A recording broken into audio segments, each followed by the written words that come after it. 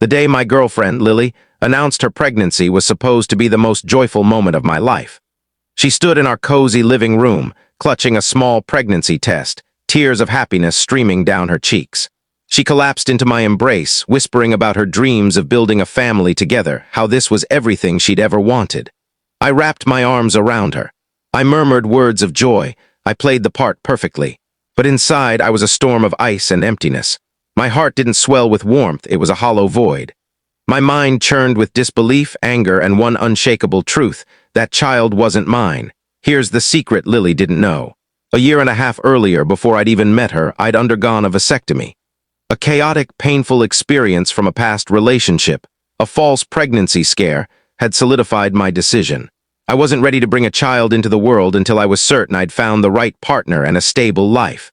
The procedure was done, and follow-up tests confirmed it. My sperm count was 0. I was, in every medical sense, infertile. I hadn't shared this with Lily. Our relationship, though serious, hadn't reached the point of detailed family planning. We'd spoken about children in the future, but always in dreamy, far-off terms. I planned to tell her eventually when the time was right. But her sudden announcement blindsided me. Her tears of joy faded fast, replaced by a calculated urgency. "We can't raise a baby in this cramped apartment, Ethan," she said, her tone shifting to practicality. "We need a proper home, a house with a yard for the baby." And there it was, her true intention. For months, she'd been fixated on buying a house, sending me listings for lavish properties far beyond our means. I'd been the cautious one, urging patience, citing our need to save. Now she wielded this pregnancy as a weapon to push her agenda. The baby was her bargaining chip, her ticket to the suburban life she craved. The anger inside me was sharp and silent. This wasn't just infidelity. It was a deliberate scheme to manipulate me, to chain me to a mortgage and years of responsibility for a child I didn't father. My first impulse was to confront her, to shove the vasectomy report in her face and watch her lies unravel. But that would be too easy. A private argument would let her spin new lies, twist the narrative, maybe even paint me as the villain. No, a deception this calculated deserved a grander stage. She wanted to play the radiant, expectant mother. I'd play the devoted future father. I'd let her build her performance, invite her audience, and then, when the moment was perfect, I'd rewrite the script. I became a silent investigator in my own life. I knew the baby was conceived about 9 weeks earlier. Digging through her social media and calendar, I found the clue: a supposed work conference in another city. A conference I now doubted ever occurred. In the photos from that weekend, one man appeared repeatedly, her work friend, Jake. His arm lingered too close, their smiles too familiar. I had a name: Jake, the probable father. That weekend, I agreed with Lily. She was right. We needed a house for our growing family. The gleam of victory in her eyes was nauseating.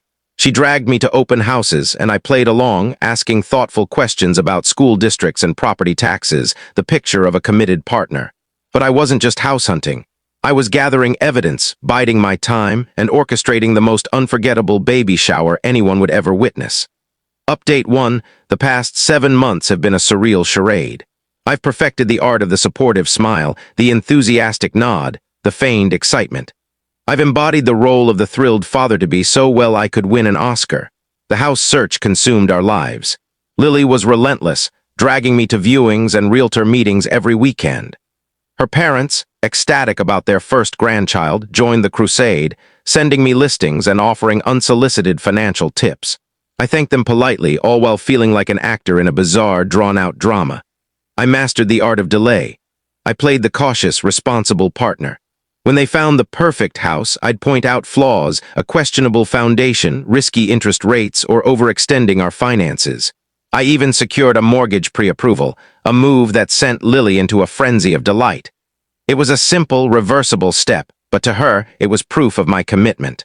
Every action I took reinforced her belief that her plan was succeeding. She thought my hesitance was just my predictable caution. She didn't suspect it was a deliberate strategy to buy time. Meanwhile, I watched her closely, and I watched Jake. The work friend was around constantly, always under the pretense of support. He'd join us for dinner, help assemble the crib, a bitterly ironic gesture, and clap me on the shoulder, saying, "You're a fortunate guy, Ethan. She'll be an amazing mom." I'd smile and agree, resisting the urge to ask if he'd chosen a name for the baby. The baby shower was the centerpiece of this elaborate ruse.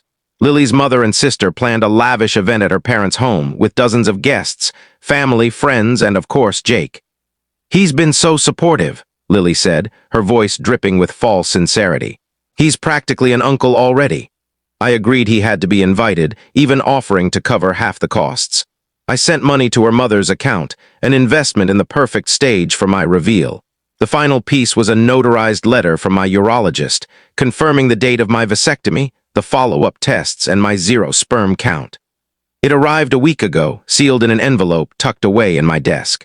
It was a single page with the power to destroy everything. The baby shower was tomorrow. The decorations were up, the gifts wrapped, the guests confirmed. Lily glowed, believing her plan was moments from triumph. She had no idea her world was about to collapse. Update 2, the baby shower was a dazzling spectacle. Lily's mother had transformed the house and yard into a pastel wonderland, balloons, streamers, a towering pile of gifts, and a cake topped with tiny baby shoes. It was a social media dream. I arrived with Lily playing my role to perfection. I mingled, accepted congratulations, shook hands with her father's colleagues. I endured an agonizingly friendly chat with Jake, the true father who slapped my back and called me lucky. The irony was suffocating. After an hour of small talk and gift opening, so many tiny outfits, so many pointless gadgets, the moment arrived. Lily's mother, glowing with pride, tapped a glass to quiet the crowd. "Thank you all for celebrating this wonderful day," she said. "We're thrilled to welcome a new family member. Now let's hear from the proud father-to-be, Ethan." The room fell silent. All eyes turned to me. It was time. I stood, champagne glass in hand, a warm smile plastered on my face. Lily gazed at me, her expression full of adoration, expecting praise. "Thank you all," I began, my voice steady. "I'm not one for speeches, but today is special. We're here to celebrate new life, motherhood, and family." I paused, scanning the expectant faces. "Family is built on trust, honesty, and love," I continued. "As I prepare to start my own, I've been reflecting on those values.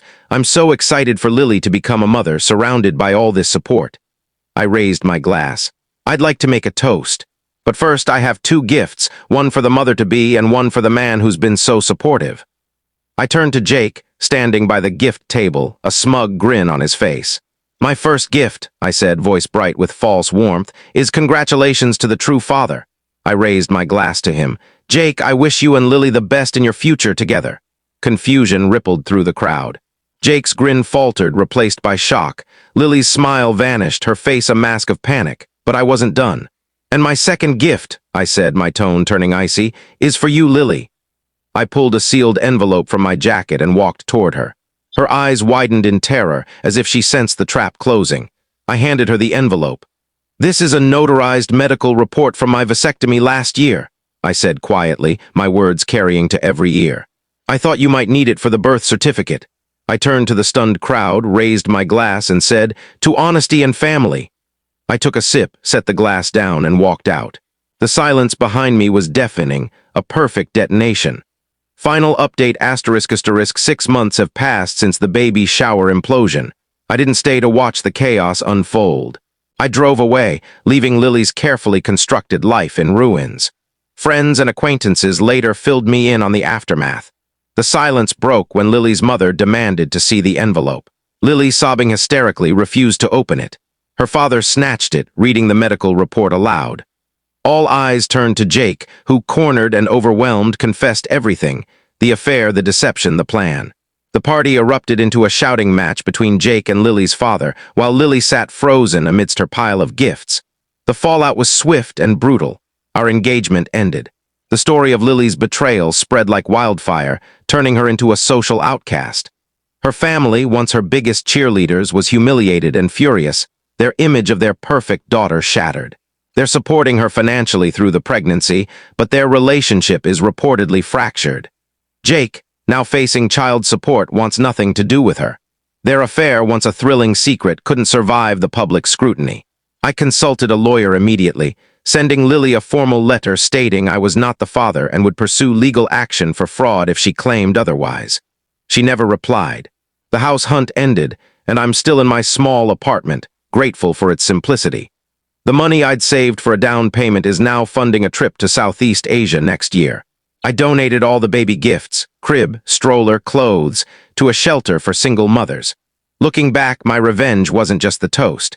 It was the 7 months I spent letting Lily build her lie into a towering monument. I let her pour her hopes, dreams, and reputation into it. Then I simply pulled the pin. She thought she could trap me into a life I didn't choose with a child that wasn't mine. She thought I was naive, oblivious. She didn't realize the quietest person in the room is often the one who sees everything.